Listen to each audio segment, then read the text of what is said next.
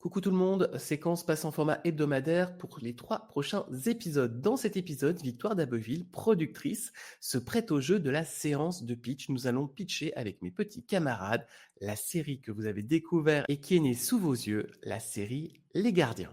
Et ça, c'est tout de suite après les petits audios de circonstance. Ce podcast vous est présenté par World Media Match. La plateforme mondiale dédiée aux professionnels du cinéma et de la télévision. Plus de 35 000 contacts vérifiés, une marketplace de concepts et des services pour booster tous vos projets. Que vous soyez producteur, diffuseur, scénariste ou distributeur, World Media Match est l'outil incontournable pour développer vos opportunités. Alors merci à eux de nous soutenir, rendez-vous sur worldmediamatch.com et connectez vos idées au monde. Ce podcast n'est pas un podcast ASMR. Bonjour à toutes et à tous, je suis David Fressino. Et moi, c'est Maxence Pirard. Ensemble, on est scénariste et créateur d'histoires. Et justement, après des années dans ce métier, on s'est rendu compte que l'écriture reste encore un grand mystère pour beaucoup. Que vous soyez passionné de storytelling, scénariste en herbe, professionnel ou simplement curieux de savoir comment naissent les grandes histoires, il y a tellement à découvrir. L'écriture, c'est la base de tout projet, cinéma, série, documentaire, format court, et pourtant peu de gens connaissent vraiment les rouages derrière ces récits. C'est ce qu'on explore avec Séquence, notre podcast qui plonge au cœur de la création d'histoires. Tous les 15 jours, on reçoit des scénaristes, des réalisateurs, des producteurs, des créateurs pour décortiquer leur parcours, leurs méthodes et leurs astuces. Et ce n'est pas juste pour les scénaristes, tout le monde peut y trouver de l'inspiration, que vous soyez auteur, créatif ou simplement fan d'histoires bien racontées. Et si vous aimez ce qu'on fait, vous pouvez nous soutenir pour nous permettre de produire encore plus régulièrement.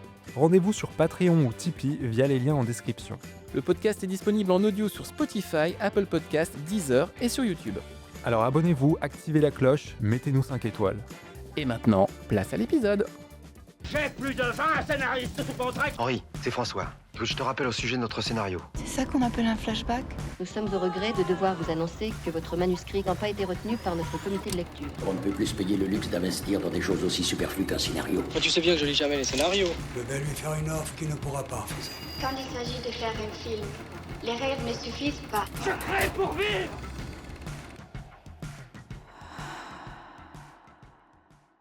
Coucou à toutes et à tous, quel plaisir de vous retrouver. Je vais faire une intro qui cette fois-ci sera très très courte parce qu'on est nombreux et on a peu de temps à consacrer à ce qu'on est en train de faire parce qu'on veut être concis, on veut laisser de la place à notre invité du jour. Je suis en tout cas accompagné de Joris Moriot, salut Joris. Salut.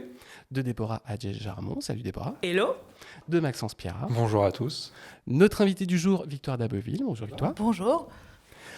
Et au son, Sébastien Lecheret, mon ingénieur du son fidèle depuis tant d'années qui vient nous filer un petit coup de main parce qu'on est du coup très nombreux comme vous l'entendez. Et bonsoir. Vous nous avez suivis sur la série La Saga de l'été qui est devenue la série de 2025-2026. Vous avez été très nombreux et nombreuses à nous demander de continuer cette aventure immersive, c'est-à-dire de pouvoir du coup vous plonger dans tout le processus créatif qu'il y a autour de nos jolis métiers. Et donc, Victoire, tu nous rejoins et tu ne sais absolument pas ce qui va se passer. Je ne sais rien. Est-ce que déjà tu peux te présenter? Parce que ça, tu le sais. Oui, alors bonjour, moi je suis Victoire d'Abbeville, je suis productrice de séries chez Bonne Pioche Story depuis 4-5 ans. Et là, je rentre de tournage, donc je suis très contente que ce soit une émission radio parce que je suis épuisée, mais très heureuse. Ça se voit pas que tu es épuisé. Merci. Je flatte avant qu'on fasse quelque chose. C'est bien. Donc, ce qui va se passer, c'est que on a donc travaillé ce projet de série tous les 4. Nos auditeurs et nos auditrices ont découvert depuis le début, c'est-à-dire les premiers balbutiements qu'on a pu avoir entre nous. Et aujourd'hui, on a un vrai truc. Il n'y a pas de piège de notre côté, c'est-à-dire que c'est comme si on était dans ton bureau, sauf que tout le monde va écouter ce que tu vas nous dire comme méchanceté. Parfait. Mais en vrai, le but, c'est que tu puisses nous dire concrètement de toi, de ta sensibilité en tant que productrice. Est-ce que ce projet-là, il te paraît pertinent, pas pertinent? Est-ce qu'il a des points forts? Est-ce qu'il a des points faibles? Est-ce que, par exemple, quand on va te pitcher tout ça, tu vas dire « je n'ai rien compris, merci de répéter les choses ». Tu y vas vraiment, franchement. Tu es ici dans une... Parfait. En bienveillance. Bienveillant. Parfait. Est-ce que quelqu'un veut préciser quelque chose d'ailleurs en intro que je n'aurais pas fait? C'était très bien. Et la bouteille fait du bruit. Oui, et la bouteille de coca se manifeste. C'est moi qui commence? Okay. Allons-y. On a des petites parties qu'on s'est réparties en amont. Moi, je vais te plonger dans les premières minutes de la série. Petite île bretonne, soir d'orage. il y a la lande, il y a le vent et la pluie qui tapent sur les volets d'un tout petit village, sur des petites maisons bretonnes, tu vois, vraiment très très isolées. À l'intérieur d'une lune d'elle, on a Jean et Catel, ils ont 70 ans. Ils ont l'air plutôt assez proches. Ils partagent un petit moment, un petit verre de vin à ce moment-là de la tempête. Et d'un coup, le verre tombe. Il se brise. Jean est en train de faire un AVC. Il a le bras qui se paralyse. C'est un peu la panique à bord chez son ami Catel, puisque c'est une petite île, il n'y a pas de médecin. Il la laisse sur place. Il sort au milieu de la tempête. Il traverse son jardin. Il s'engouffre dans une forêt. Il est vraiment à plusieurs reprises en train de tomber, de flancher. Il est vraiment à 2 doigts d'y passer. Il rentre dans une grange qui est triplement verrouillée, donc il a du mal avec son trousseau de clés à rentrer dedans. Il y arrive, il rentre dans cette grange, et quand il ressort, il est en pleine forme. Il a un max d'énergie, tu as l'impression qu'il ne s'est jamais rien passé, il est au top. Il repart sous la pluie rejoindre son ami dans la maison. Ça, le spectateur, du coup, découvre qu'il s'est passé quelque chose dans la grange. On ne sait pas ce que c'est. Et il y a aussi quelqu'un d'autre qui observait la scène depuis la forêt, qui a vu aussi ce phénomène un peu étrange qui vient de se passer. Et on arrive sur le panneau titre, Les Gardiens. Les Gardiens, c'est le nom de notre série. C'est mini-série, thriller fantastique, 6x52 a priori. Et Les Gardiens, ça met en scène aussi Rosen qui arrive en bateau sur cette île. Rosen, c'est la fille de Jean qu'on vient de voir. Et Rosen, elle est médecin. Et elle est venue parce que Simon, qui est un amour d'enfance, ancien amour d'enfance, lui a demandé de venir, évidemment. Et tu hoches la tête, je dis ça pour ceux qui nous écoutent. Et en fait, l'île va mal, un mal la ronge, cette île.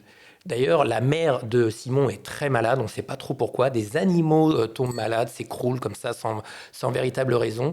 Les gens sont à cran et accusent l'usine qui est en construction, qui est une usine de production d'énergie à marée motrice. Et Simon collabore avec cette usine, et lui, il pense que c'est pas ça du tout. Non, il n'y a aucun rapport, mais tout le monde est méga tendu. Il veut que Rosen, qui est médecin, s'intéresse au sujet, soit embauchée en tant que consultante pour démêler le vrai du faux, et pour pouvoir que le chantier de l'usine continue, et que, si possible, les gens guérissent aussi. Pas mal. Quand même. Enjeu de vie ou de mort, dirons-nous. Et elle reprend contact avec son père, Jean, avec lequel elle était un peu en froid, on peut le dire. D'ailleurs, c'est du présent. Le froid continue. Jean l'accueille vraiment de manière glaciale. Mais son père, il est très jeune, là, du coup. Comment ça se passe ? Il a 70 ans. Mais c'est pas lui qui est sorti de la cabane ? Si. Ah. Bon. Pourquoi tu disais qu'il était très jeune ? Parce que peut-être qu'il était très jeune. Il avait de l'énergie parce qu'il était malade. Ah, parce que moi, il n'a pas rajeuni. Ah, d'accord, ok. Je l'avais visualisé. Je l'avais visualisé comme ça. Je l'avais visualisé ressortant de la cabane. 70 ans, mais en forme 70 ans. Mais en forme à l'échelle de 70 ans. Elle ne tombera pas amoureuse de son père qui a rajeuni. Très bien. Alors ça, c'est un autre projet. Ok. Donc, accueil glacial. Donc, accueil glacial du père, qui va mieux. Qui va beaucoup mieux. Ok. Et accueil glacial des habitants, quand ils comprennent que, chouette, une médecin arrive. Ah, mais ok, la médecin de l'usine. Ok, d'accord. Donc, si tu viens pour lui mettre un couteau dans le dos, c'était pas la peine de revenir, hein, Rosen. Donc, dans ce joyeux contexte, Rosen s'intéresse quand même à ce qui se passe sur cette île et décide effectivement de faire ce pourquoi on l'appelle, savoir rassembler des données médicales, comment, en rouvrant le cabinet médical fermé et poussiéreux que tenait sa mère sur l'île. Parce qu'à l'époque, il y avait un médecin sur l'île, sa mère, mais sa mère est morte il y a longtemps. Donc, et c'est pas la dame qu'on a vue avec son père Non, ça c'est Catel, la voisine. D'accord. Il faut toujours une voisine. Il faut une voisine. Et Simon... Simon, lui, il a l'âge de Rosen. Bah oui, parce qu'ils ont eu cette histoire ensemble. D'années. Très bien. Là, je suis dedans. Ok, on est dedans. Rosen commence à recevoir des gens, soigner des gens, accumuler des données médicales. Et c'est ça qu'elle va faire. Elle va enquêter tout au long de notre série, mais avec son esprit d'épidémiologiste. Ah merde Alors, attendez, il faut absolument que je dise... Attends, je dis absolument aux auditeurs et aux auditrices, c'est-à-dire que je suis incapable de dire épidémiologiste, sauf que maintenant j'y arrive. Pourquoi ? Parce que Joris m'a coaché tout à l'heure en me donnant des trucs pour réussir à dire répété, comme il faut. Longuement. C'est vrai, c'est trop beau, Joris. Tu m'as fait le plus beau cadeau que je... Épidémiologiste, j'ai répété ça tout à l'heure, et en frimant, tu scindes en deux, et évidemment, j'ai patiné. 10 minutes de pitch, mais on a répété épidémiologiste. épidémiologistes. C'est le plus Karl Rauer. important. Ils le font sans que ce soit écrit sous leurs yeux, hein, donc faut les Effectivement, féliciter. sans notes ni rien, sans filet et sans dégonfle. Lorsque tout à coup, c'est ce qu'il faut dire pour relancer le truc, il y a des trucs bizarres sur cette île. Effectivement, il y a des rumeurs, il y a beaucoup de gens qui ont des croyances d'ailleurs sur l'origine de ce mal qui est inconnu. Et l'attitude de Jean, le père de Rosen, est étrange aussi. Rosen commence à s'intéresser à lui, ça fait longtemps qu'elle ne l'a pas vu, à fouiller dans ses affaires et elle trouve des choses bizarres. Et on dirait que peut-être les intentions du père sont pas très claires ni positives vis-à-vis de Rosen. Et en fouillant, au fur et à mesure qu'elle poursuit dans son enquête, en fait, elle-même commence à se sentir mal. Et alors qu'un jour qu'elle est avec son père en pleine dispute, elle s'écroule elle-même, presque à l'agonie. Son père, je vois l'urgence, et lui dit « Mais suis-moi vite ». Il l'emmène où ? Dans la forêt dans laquelle elle n'avait pas le droit d'aller quand elle était petite. Exactement. La forêt qui est la forêt interdite, en fait. Qui cache un mystérieux hangar fermé à triple tour. Et dans ce hangar, qu'est-ce qu'il y a ? Il sert à cacher quelque chose. Il sert à cacher quelque chose. Est-ce qu'on voit cette chose ou pas ? À la fin, oui. Oui, bien sûr, on voit cette chose. Je découvre la série en même temps que vous. C'est un menhir que Rosen touche parce que son père lui demande de le faire. Et c'est ça qui redonne de l'énergie. Un souffle de vie qui revient. Une pierre miraculeuse. Et pendant ce temps-là, le reste de l'île, c'est la majorité des habitants, ils sont touchés par ce mal, ils sont pas bien. Au fur et à mesure, le mal va grandir. Quelques D'accord. personnes, puis voilà. Je peux peut-être anticiper un tout petit peu sur les lignes narratives de la série. En fait, elle va découvrir rapidement aussi que quand le menhir, quand tu le touches et qu'il te redonne une énergie, en fait, il va le puiser quelque part. Il le puise tout autour de lui, en fait. C'est pour ça qu'en fait, les animaux, la faune et certaines personnes sont en train de tomber malades, en fait. C'est une sorte de d'équilibre de la justice, de vase communicant. Ouais. C'est pas mal. C'est un dilemme. Notre arène, donc du coup, vous l'aurez compris, c'est simplement une petite île bretonne qui nous sert de huis clos. Et dans ce huis clos, on se retrouve avec cette tradition celtique druidique qui est très présente. D'ailleurs, nous avons reçu Pascal Lamour, qui est un druide et qui nous a permis... Génial. Moi, je voulais voir Pascal Lamour. Dans l'épisode de Noël, qui va sortir très bientôt, du coup, qui est déjà sorti. Effectivement, nous sommes déjà dans le futur, c'est ça qui est génial avec ce podcast. On lui a posé toutes nos questions pour vérifier la cohérence et on n'est pas si loin du compte, heureusement, parce que sinon il aurait fallu tout recommencer de zéro. Exactement. Donc, du coup, il nous a fait comprendre ce qu'était être druide. Et être druide, c'est simplement comprendre la nature et le savoir, la connaissance, en fait, et comment la perpétuer au fur et à mesure des traditions et des rituels qui sont encore présents aujourd'hui, même s'ils sont en très petit nombre. Mais à côté de ça, donc du coup, c'est une série qui se rapproche de références telles que Rivage, Surface ou Le Mystère du Lac, par exemple. On est sur quelque chose avec une atmosphère très Stephen King. Et ensuite... notre personnage de Rosen, elle est confrontée à des thématiques où vraiment c'est la réconciliation avec son père, retrouver son héritage, mais aussi bien la réconciliation de façon générale, puisqu'on est entre l'homme et l'environnement. Nous sommes sur vraiment cet aspect contradictoire qui vient remettre de la symbiose entre plusieurs événements. Ouais, tout à fait. Et sur cet univers un peu étrange de la culture celte, parce qu'en fait, donc Jean est un druide, c'est le dernier de sa lignée. Le père. Le père. Et il faut savoir que les druides ont travaillé avec des menhirs qui ont été posés là par on va dire une civilisation qu'on ne connaît pas. Et donc à un moment, il a peut-être trahi sa corporation de druides. Exactement. En utilisant le menhir d'une façon qu'il n'aurait pas dû. Parce que la série interroge des enjeux de l'ordre de l'éthique, de la morale, du collectif versus l'individuel. Et en fait, chaque personnage qu'on va évoquer dans la série va être traversé par des dilemmes, des conflits, des enjeux moraux, des trajectoires, des choix à faire entre son bien-être, son intérêt individuel et le collectif. Vous l'aurez compris, le personnage principal, c'est Rosen, une jeune femme d'une trentaine d'années qui est épidémiologiste. Elle est brillante. Bravo. C'était fluide, hein. 10 ans de répétition.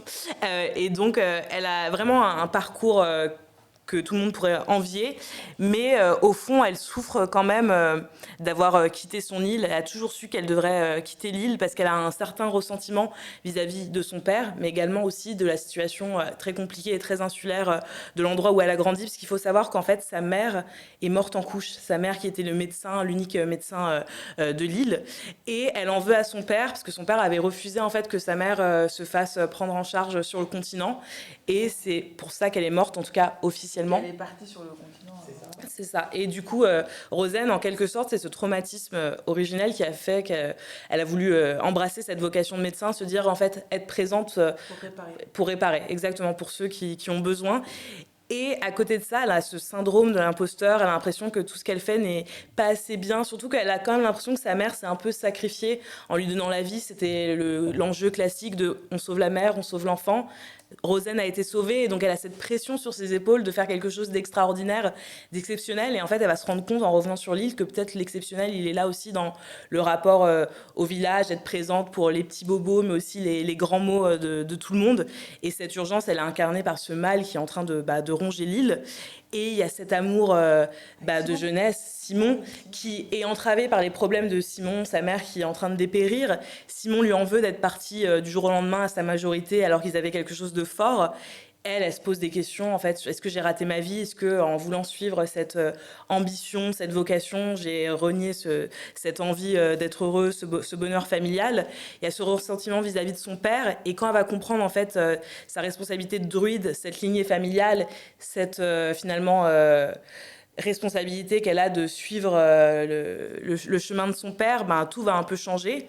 Et de l'autre côté, on a aussi un personnage qui est celui de Gauthier, qui a 27 ans. C'était pendant longtemps le protégé de Jean qui, à défaut d'avoir Rosen à qui transmettre les savoirs druidiques, a trouvé ce fils spirituel, ce jeune homme qui était orphelin, qui a besoin d'une présence. Gauthier, c'est vraiment... la personne que tout le monde aime sur l'île parce qu'il est solaire, lumineux, il est présent. Il tient le seul magasin de l'île qui est à la fois une quincaillerie, une poste, un lieu de convivialité. Il a vécu des choses assez difficiles, il a perdu l'amour de sa vie très jeune, et depuis il vit un peu de façon ascétique. Et en fait, ce qu'on va découvrir, c'est que Gauthier, il est en train de prendre un mauvais chemin parce qu'il en veut à Jean de finalement avoir tout de suite fait basculer ses apprentissages, cet amour paternel sur Rosen qui est de retour alors qu'elle l'a laissé, de l'avoir délaissé. Et puis, il en veut aussi à Jean d'avoir utilisé la pierre pour lui, sachant qu'elle aurait pu servir à sauver son amour de jeunesse. Et donc, on est sur un personnage qui, au départ, est lumineux, qui va devenir un peu notre grand méchant de la série, parce que en fait il a sa propre revanche. Exactement. Et il a envie d'utiliser la pierre à des fins... qui finalement vont vite lui échapper. Et on a d'autres personnages autour. On a le personnage de Simon, qui en fait est vu comme un vendu, comme un traître au sein de sa propre communauté. Et en fait, Simon, qui était pêcheur et qui aujourd'hui gère la marée motrice, il fait ça pour l'île, pour sa survie, ce qui sait qu'il y a un moment donné, en fait, ils vont pas pouvoir éviter le progrès, et que pour que le village ait encore une école ouverte, ait un médecin, ait finalement tout ce qui fait la communauté, ils sont un peu obligés de faire des concessions, sauf que va être très vite clignoté comme un suspect potentiel, parce que finalement, c'est les gens qui cherchent à empêcher l'implantation de la marée motrice qui sont les plus affectés par la maladie. Donc il y a ce spectre du polar qui pèse notamment sur Simon. Et on a aussi d'autres personnages autour qui sont le patron de la marée motrice qui a fait appel à Simon, le maire du village, qui incarne aussi d'autres aspects de la communauté, d'autres aspects du conflit moral qu'on va jouer à travers toute cette série. Je vais vraiment faire très très rapide sur certaines lignes narratives pour compléter, parce qu'on est à un petit quart d'heure, on s'était dit, on a essayé de pitcher en 10 minutes, mais bon, on aime bien parler quand même. Ouais, mais voilà, tu as plusieurs lignes narratives. Tu as donc Rosen qui va découvrir cette histoire, son passé familial, son père qui est druide, elle est l'héritière finalement d'une lignée. Tu as toute l'intrigue autour de ce menhir, c'est quoi ce pouvoir étrange, tu vois, qui te régénère tout en allant puiser autour. Vas-y. On a effectivement ce Gauthier qui bascule dans quelque chose de très sombre. On a quelques fausses pistes aussi avec la fille du maire qui est une activiste écologiste. Donc on se dit, est-ce qu'elle n'a pas empoisonné un petit peu? Enfin voilà, on a pas mal de petites pistes. Et surtout, toute la série se finit lors de la grande fête de Samhain, qui est la fête la plus impressionnante chez les Celtes. Ça dure 3 jours. La nuit est la plus longue. Ouais, et c'est je cite là Pascal Lamour, c'est le moment où la frontière entre le monde des vivants et le monde des morts est la plus fine. Et Gauthier est persuadé qu'à ce moment-là, la pierre aura le plus de pouvoir et pourra peut-être le soigner définitivement du mal qui est en train de le ronger et de se débarrasser du coup des gens sur l'île. Ok. Est-ce que vous voulez que il y a un petit coming next, mais je vais... Non, mais là, je pense qu'on est pas mal déjà. Ouais, pas déjà, parce que c'est moi qui assez dense. Hein. Ouais, carrément. Alors, donc, Victoire a le crâne qui chauffe. Je me resserre un peu de coca, Ouais, parce que d'habitude, j'en bois pas, donc là, je viens de terminer la bouteille, je suis trop contente. Bravo, franchement, j'ai plein de choses à dire, et j'ai plein de questions aussi, mais c'est vachement bien. Je voudrais juste, avant de répondre sur le pitch, juste préciser le mal exactement qui agit sur l'île. Enfin, soit un tout petit peu plus précis, et comment on le verra à l'image, par exemple.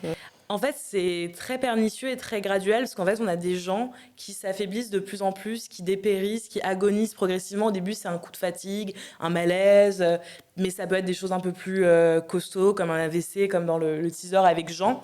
Et au fur et à mesure, en fait, des gens, des animaux qui semblaient aller bien, se meurent à petit feu. Donc c'est ça qui est assez troublant. Ça fait penser un peu à une épidémie. C'est ça, parce qu'en fait, comme le menhir prend de l'énergie à tout le monde, de manière égale. Est-ce que j'ai une question? On connaissait la règle à un moment, on va connaître la règle initiale, c'est-à-dire le pacte, genre le menhir soigne doit être utilisé à tel escient, et en fait, quand il doit y avoir une règle de base. Druidique. Le but, c'est de plonger dans vraiment... Grosso modo, fin du premier épisode, Rosen découvre le pouvoir de la pierre, même si elle va mettre des holas.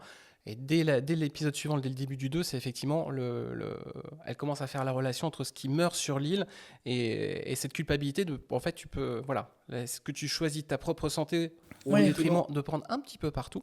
Et comme disait Joris, du coup, comme ça absorbe unilatéralement, pas facile à dire, ça touche aussi, ce qui fait que les plus faibles ont des conséquences plus graves, et ou alors, si tu pensais que tu étais en pleine santé, sauf qu'en fait, tu as peut-être une maladie, et ben, c'est pareil, ça fait que quelqu'un qui est en bonne santé de prime abord... Et donc, en se soignant ou en soignant quelqu'un avec le menhir ou en le sauvant, on enlève aussi un peu l'énergie aux autres. Et ça, je trouve ça très fort. Je trouve que c'est un dilemme impossible, qui est donc extrêmement fort en dramaturgie, parce que ça pose... après, il faut, j'imagine, sauver, entre guillemets... d'un point de vue dramaturgique, les personnages qui vont l'utiliser à la fin pour sauver nos héros ou héroïnes, enfin vos héros ou héroïnes. Mais ça, je trouve ça hyper fort.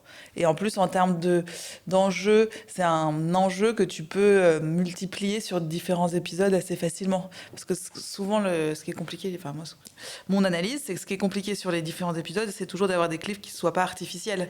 Et ça permet, au-delà de tout ce que vous m'avez dit, parce qu'il y a beaucoup de choses, je trouve ça... c'est bien tenu, tu peux avoir une structure d'épisode à chaque fois très forte, quoi.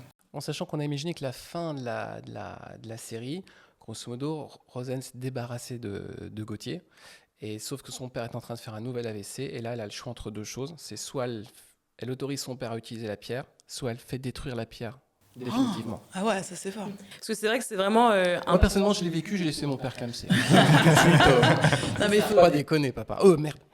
Et ça éprouve en fait le sentiment de communauté. Une communauté peut paraître soudée jusqu'au moment où il y a un pépin, et en fait on se pose la question de son propre intérêt individuel. Et donc c'est vraiment assez propre avec les réflexions qu'on peut avoir aujourd'hui sur qu'est-ce qui fait société, genre à quel enfant on est prêt à envoyer à la guerre, tout ça, enfin, ce genre de questions. Et non, mais le parcours de Rosen, c'est quelqu'un tout simplement qui, pour grandir, doit tuer le père, littéralement, mais sûr. Avec son autorisation à la fin. Et après, elle devient il est pas bourre, oui. Oui. Ouais. Il y a un truc sur le destin, en fait, on aura beau échapper à son destin, à sa destinée, il va toujours être là pour nous rattraper. Et finalement, il y a aussi une réflexion sur le bonheur. Est-ce qu'on croit poursuivre le bonheur à travers de l'ambition, de la vocation? Et peut-être qu'il est là, en fait, d'où on vient. Et alors moi, je vais vous dire juste, vous m'avez dit vos références. Moi, ça m'a fait penser à d'autres références, mais je l'ai dit parce qu'en fait, ça me fait marrer. Mais c'est juste que je trouve ça très... Donc, moi, j'avais une question, c'était en fait entre les codes de la série et le genre, entre guillemets, c'est-à-dire, est-ce qu'on est sur un thriller ou plus sur quelque chose de fantasmagorique ou un peu plus d'atmosphère, mais ça peut être les deux, évidemment, comme vous avez dit, avec le mystère du lac, etc. Est-ce qu'on est dans la saga Tu vois, est-ce qu'on est dans la saga d'été ou saga d'hiver ou vraiment dans une mini-série? Et donc au début, quand on a évidemment l'île, les dolmens, moi ça m'a fait penser à Dolmen évidemment, Ils nous ont tout volé. et qui était quand même pas si mal fichu. Hein. Enfin à l'époque, il y avait 7 millions de gens il y devant a pas la télé. longtemps. Il y a plein de trucs qui tiennent super bien, et puis après il y a des codes qui changent Mais il y un avait peu. le dolmen, il pleurait de sang, non? Exactement, c'est ça, c'était le déclencheur. Et donc ça m'a fait penser aussi à une série incroyable italienne, rien à voir avec Dolmen, mais Il Miracolo. Exactement. Et donc je trouve ça extrêmement visuel en fait, ce truc avec le dolmen. Et donc, toute l'arène, moi, je la trouve démente. Au début, quand vous avez commencé, je me suis dit, on est sur un petit polar régional sympa. Allez, c'est parti, on y va. Et après, ça a changé. Mais par ailleurs, je pense qu'on a envie aussi d'être dans certains repères. Donc, après, d'avoir pitché une série qui se passe en Bretagne à une nana qui s'appelle Dabbeville, ça marche bien quand même. Parce que moi, j'ai toute ma famille qui est en Bretagne Sud. Mais... Oui, on le sait, c'est une coïncidence, on ne savait pas, mais on n'a pas précisé que David vient du Morbihan. Et Maxence aussi. Ah bon, c'est bon. Donc on est 3 Bretons, donc si vous allez vous casser, tous les deux. Mon père vit en Bretagne aussi. Ok, j'ai fait toute mon enfance vacances en Bretagne. Elle adore les palais bretons, elle adore ça. Et donc du coup, c'est bon, elle peut rester. Bretagne, il est où le Mont-Saint-Michel? Il est entre la Normandie et la Bretagne. Ouais, c'est juste. Mais en tout cas, ça donne vraiment... donc moi, ce que je vous dirais, si j'étais productrice, je trouve que l'arène marche vachement bien. Je trouve qu'on a envie de voir. Au début, la grange et tout, ce que je veux dire, c'est qu'il y a une dimension... Il y a une vraie question de comment on met à l'image et comment très vite, évidemment, on est séduit... Donc le dolmen qui saigne ou la Vierge Marie avec les mains en sang dans les séries qu'on vient de citer, c'est vrai que c'est un peu hypnotique dès le début. Donc je sais pas comment on visualise, la grange, tout ça au début, voilà. Mais ça marche super bien. Les enjeux totalement d'actualité, mais traversés par les personnages de Simon et de Rosanne. Bon, moi, j'ai pensé à la marque de la bouteille d'eau pendant tout votre pitch, mais je me suis dit, je ne peux pas ne pas le dire. Mais donc, c'est une fille saine, quoi, comme la bouteille d'eau. Et par contre, elle va fréquenter whisky, tu vas voir que lui, il est vraiment destroy.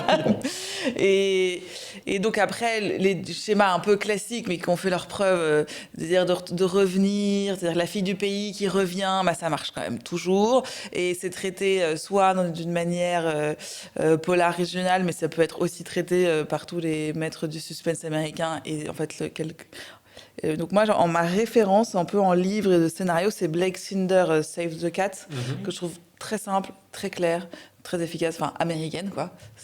Et effectivement, tout marche. Et souvent, ils disent que c'est toujours un peu la même histoire, mais same but different. Et donc... Moi, je trouve ça super, qu'elle revienne au pays, l'enjeu avec son père, l'ex-petit copain, c'est pareil, c'était dans X-Files, c'est-à-dire ils n'étaient pas anciens, ils n'étaient pas ex, mais l'histoire impossible et tout ça. Donc, peut-être qu'elle manque un peu d'obstacles, mais en gros, moi, je trouve ça tout super. Je me suis dit qu'aujourd'hui... Donc moi, mon analyse aujourd'hui, parce qu'on parle là, on est en décembre 2025, l'audiovisuel va pas fort. Il y a plein de séries qui sont arrêtées. On connaît pas encore les budgets de tout. Par ailleurs, je trouve que l'audiovisuel, ça qui est intéressant, c'est vraiment un parallèle avec la société. C'est-à-dire qu'il y a 5 ans, quand j'ai commencé, c'était juste après le Covid, il y a eu une bulle, il y a eu plein de séries. Maintenant, il y en a encore plus. Donc voilà, il faut toujours émerger avec ce truc, je pense, de same but different. Donc moi, je suis restée un peu par hasard, mais c'est comme ça que ça a marché assez vite, sur une ligne que j'essaye d'être la plus claire. C'est genre un thriller que moi, j'aurais envie de regarder. Donc c'est vrai que je développe beaucoup de thrillers. Donc il y a eu Brigade Anonyme, qui au début était un peu plus... comédie policière, et pareil avec la chaîne sur la saison 2, on s'est dit non, il faut qu'on aille plus vers du thriller, donc on est plus vers du thriller. Follow, qui est super thriller, et là je viens de terminer la production d'un 4x52 pour France 2 avec Lola Devers, qui est très thriller pop, féminin, super cool, DA génial de la réalisatrice Julie Roire, mais thriller. Donc j'essaye de me tenir à une ligne, et c'est vrai que je me mets aussi à la place des diffuseurs, quels qu'ils soient, plateformes ou chaînes, qui reçoivent, mais je ne sais pas combien de projets, parce qu'on est beaucoup de producteurs, vous êtes beaucoup d'auteurs, il y a beaucoup de projets, et donc il faut que ce soit le plus clair pour que l'offre pour le téléspectateur soit claire. Donc, où je voulais en venir, c'était, en fait, est-ce que c'est un thriller ?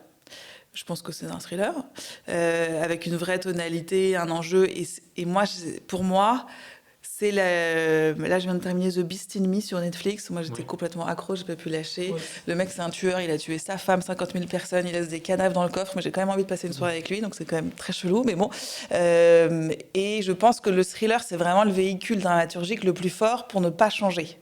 Et donc là, avec ce que vous avez mis en place, je trouve qu'il y a des dilemmes très forts de putain, à qui elle va sacrifier, parce que comme il y a ce processus comme une règle, je trouve ça bien. Moi, ce qui me fait peur, c'est le côté plus épidémie.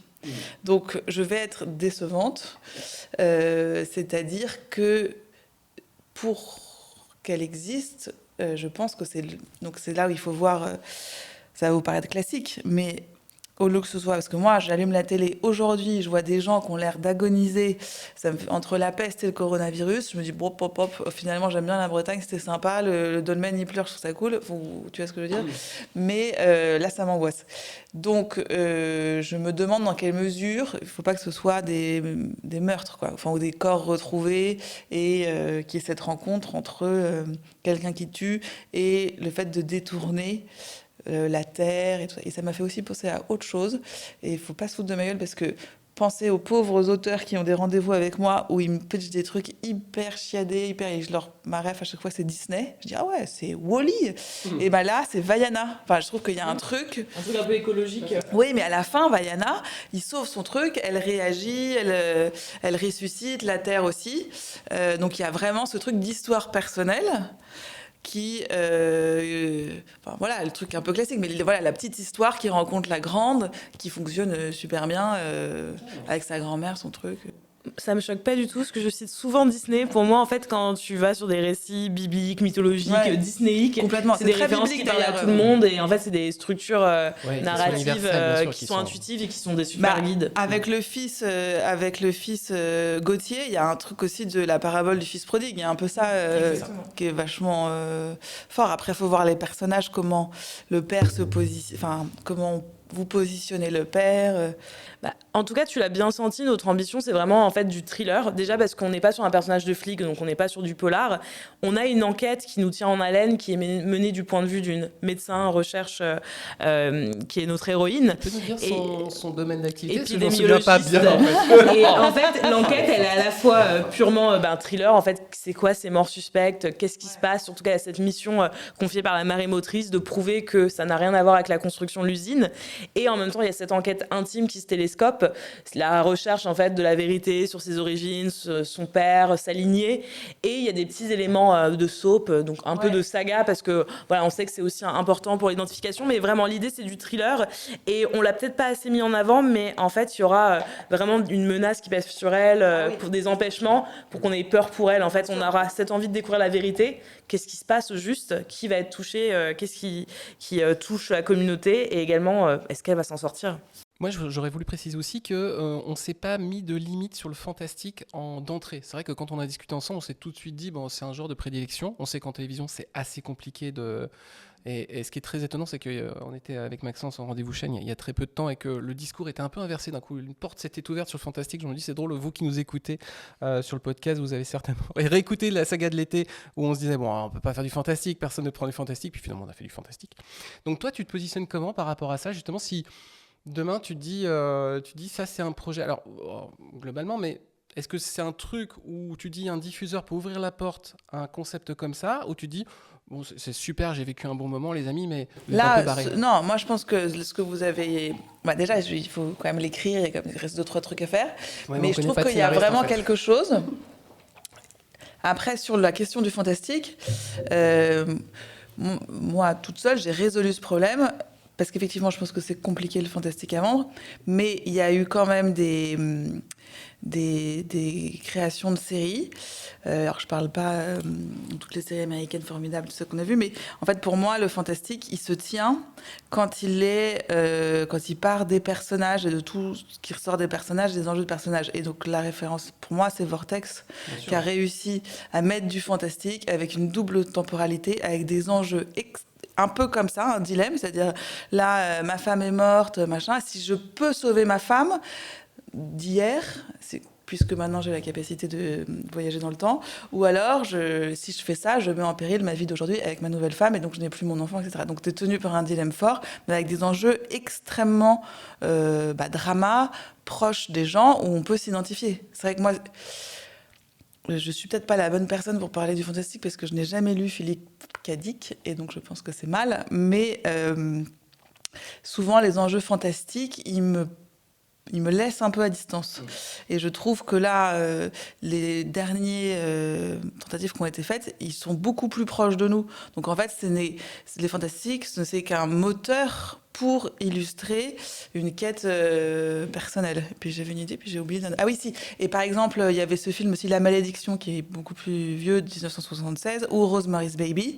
Je trouve que là, ça marche, parce qu'on n'arrive pas avec quelque chose de fantastique, difficile à mettre à l'image, et tout ça, c'est sur des enjeux extrêmement proches. Et donc là, ça marche hyper bien, quoi. Donc le fantastique, en fait, je trouve qu'il vient aujourd'hui répondre aussi à un élément de surprise, parce que c'est extrêmement visuel. Après, ça vous laisse tout le boulot de dire, en fait, qui est derrière le dolmen, ça, c'est pas simple. Mais non, je pense que c'est... Enfin, en tout cas, je pense que ça renouvelle aussi l'offre. Mais moi, ma conviction personnelle, c'est qu'il faut qu'elle soit vraiment proche des enjeux des personnages. Quelqu'un veut-il rebondir? A-t-il des questions? Non, je te rejoins totalement. Même moi qui suis biberonnée à la SF, au fantastique, c'est vrai que nous, notre volonté, ça rejoint toi, ton intuition, c'est de se dire, en fait, on veut pas un haut degré de fiction, une arène qui va prendre le pas sur les personnages et les enjeux humains. En fait, on veut que ce soit un catalyseur de conflits, de dilemmes, de choses où on va se reconnaître, mais ça crée le truc. Et si, en fait, l'élément fantastique. Donc nous, c'était vraiment notre approche et ce qu'on va vraiment mettre en place sur ce dossier qu'on est en train d'écrire. Il faut savoir aussi qu'on n'a pas conçu le projet en pensant à un diffuseur. Oui. Est-ce que toi, de prime abord, comme ça, tu te dis c'est un truc plutôt pour des plateformes ou c'est plus du TF1 ou... Alors moi, je ne sais pas. J'espère que je vais travailler avec des plateformes très bientôt, que je consomme... je consomme beaucoup trop de séries, quelles qu'elles soient. Mais je trouve que quand même, en fait, tout le monde s'est rapproché. C'est-à-dire qu'en fait, la narration apportée par les plateformes, les séries TF1 ou France Télé ont quand même réagi super vite. Je trouve qu'aujourd'hui, il y a une offre, qu'elle soit en plateforme ou sur France Télévisions ou sur TF1, même sur M6, il y a eu des super séries. Je ne pense pas qu'à Brigade, mais il y a eu Clean, que j'ai trouvé formidable, Les Espions de la Terreur et tout ça. Donc je trouve quand même que la fiction française... Je ne sais pas s'il y a eu un moment de switch, mais enfin quand même, il y a un truc d'accélération de la qualité la réalisation. Moi, je trouve ça dingue entre David Doureg, Slimane, il y a Julie qui vient de terminer, Yvan, Louis Farge, on a fait Follow il y a 2 ans, maintenant il fait une série Apple. Enfin, donc je trouve que j'ai l'impression que le secteur est quand même extrêmement dynamique, que tous les acteurs diffuseurs réagissent vite. Donc pour votre série en particulier, en fait, je trouve que c'est plutôt le traitement, c'est la DA vraiment et peut-être l'incarnation qui fera la différence, mais je trouve, en fait, pour moi, enfin c'est un peu con, mais une bonne série, c'est une bonne série quelle qu'elle soit, c'est surtout que tu as envie de voir la suite, c'est que tu veux pas lâcher. Donc si c'est bien tenu, j'imagine que, j'imagine que si Dolmen avait été vendu à Arte, ça n'aurait pas été pareil, mais je trouve qu'en fait c'est bien tenu. Dolmen, la fameuse adaptation allemande, on met juste on derrière. Exactement, celle-là. Moi, j'ai pas dit de bêtises depuis 5 minutes. J'ai pas fait allemand deuxième langue, j'ai fait italien. Alors. Mais donc, moi, je la verrais un peu. Je vois pas trop de limites. À partir du moment où tu as des personnages forts, comme je vous l'ai dit, il y a des ingrédients qu'on a l'habitude de voir et qu'on est plutôt content de retrouver. Moi, je pense que le personnage, évidemment, à creuser, c'est celui de Rosen. Parce que, en fait, quand je vous entendais parler, et en plus, c'est vrai qu'il y a beaucoup de choses, et c'est normal, c'est une série, et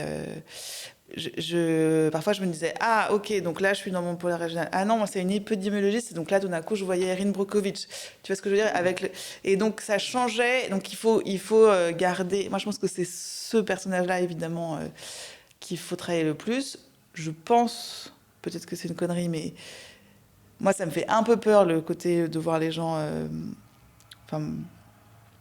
quand j'étais toute petite, j'avais vu un film qui s'appelait La Peste. Enfin, tu vois, ça m'avait bien foutu le cafard. Enfin, il faut faire attention un peu à ça. Et évidemment, trouver les bonnes réponses. Mais je trouve, pour continuer à citer Disney, que ce personnage de Rosen, j'ai l'impression qu'il a un truc un peu à la Mary Poppins. C'est-à-dire qu'il arrive dans une situation de crise. Donc, Mary Poppins, c'est une famille, mais là, c'est une île. Et l'île, moi, je trouve ça tellement télégénique. En termes de narration, ça t'aide beaucoup. Parce que parfois... Bon, en tournage, c'est vraiment super galère. Hein, mais en narration, ça t'aide beaucoup. Parce que si jamais elle a découvert le corps, mais qu'elle n'a pas appelé, ça permet de tirer un peu le récit. Moi, j'adore les îles insulaires. Puis t'as toujours... pour citer des grands auteurs, mais cette possibilité d'île, tu as envie d'y aller. Moi, je trouve que c'est une vraie promesse très télégénique. Et donc, elle va réparer, en fait, c'est ce que vous disiez sur la réconciliation.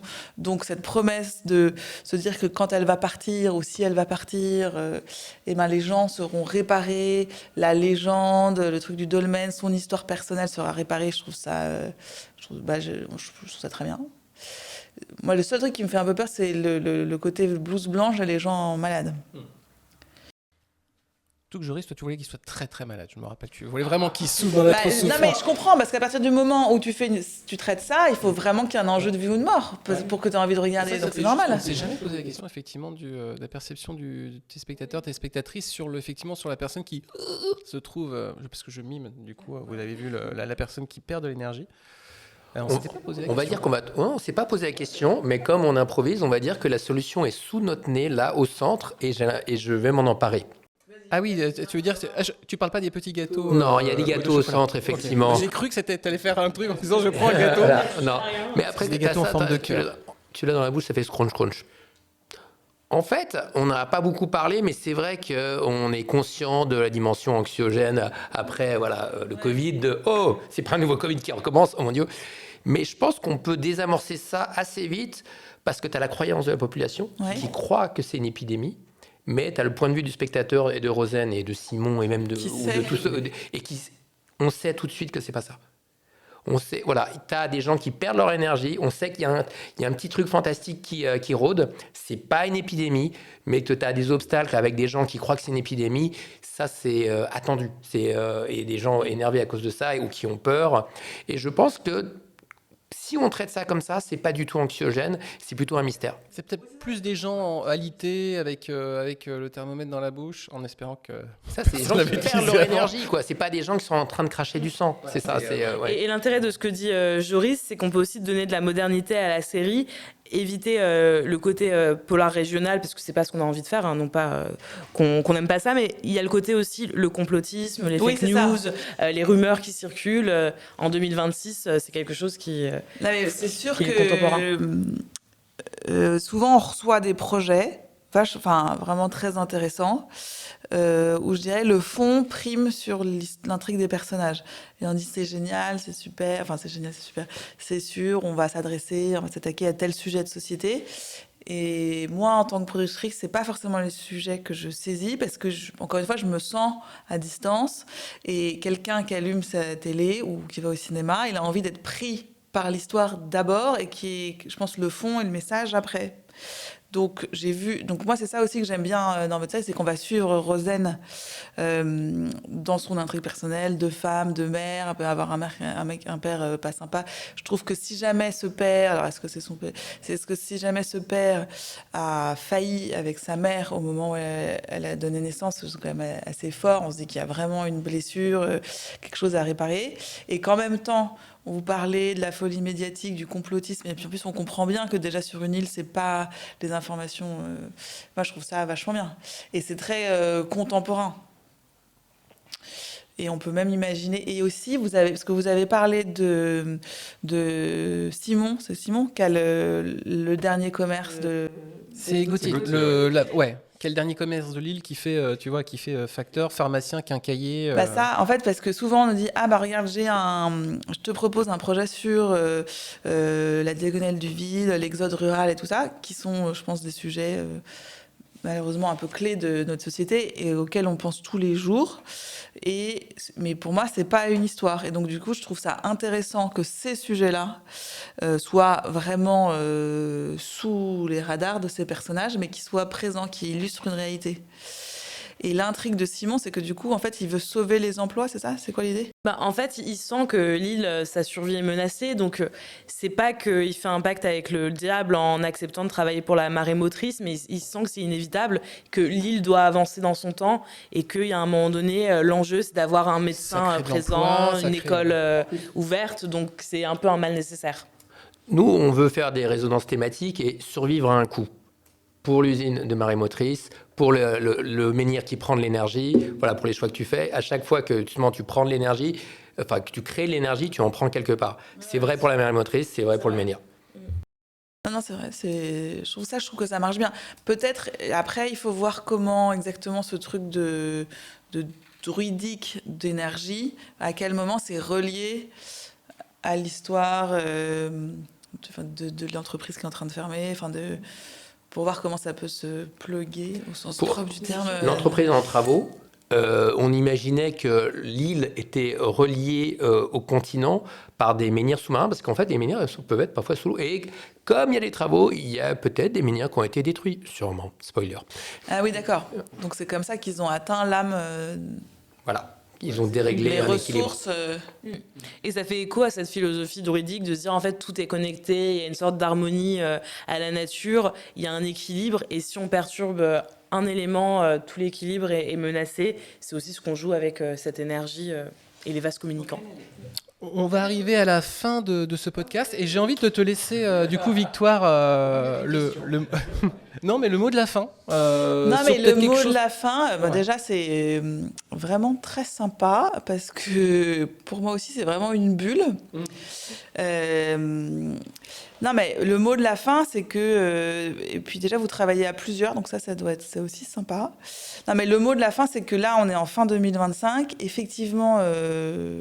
comme dans les séries, on est le reflet un peu de ce qui se passe dans notre société. Donc, il va falloir effectivement penser à plusieurs, des récits qui same but different, mais qui surprennent. Et je pense aussi à aussi une certaine manière de produire il n'y a pas que les budgets, mais je pense à l'Espagne et le Portugal qui ont sorti des formats incroyables. Là, il y a la série de Sorogoyen. Il y avait dans un autre genre Casa del Papel, mais à un moment, ils ont eu la crise en 2008-2009. Il n'y avait plus rien et ils ont réussi à devenir des studios de création extrêmement forts dont on a acheté tous leurs formats parce qu'ils ont réfléchi à des formats productibles avec parfois des trucs, on se dit c'est énorme, mais très très forts en narration qui marchent. Donc voilà, donc je pense que c'est le moment de se réunir et de trouver des bonnes idées ensemble. Je trouve que c'est un beau mot de la fin. Tout à fait. Merci Victoire d'avoir joué le jeu, non, parce que c'était pas évident. Plus, moi j'aurais pu continuer des heures, c'est trop bien. Ouais. Alors ça, je sais que c'est le piège, c'est qu'à chaque fois qu'on ouvre les micros, donc tu es la bienvenue pour de futurs épisodes, de futurs tests, parce que je crois que c'est une grande famille, j'ai envie de dire. On n'est pas une avec grande Joris, famille, ça fait quoi 7 émissions qu'on est là, ça, on part plus quoi. Exactement, c'est trop bien. Merci à toutes et à tous d'avoir participé à ce nouvel épisode. Merci Sébastien d'avoir assuré tout l'ensemble de nos micros et Maxence pour le futur montage. On vous fait des bisous puis on vous dit à très bientôt. Au revoir. Au revoir.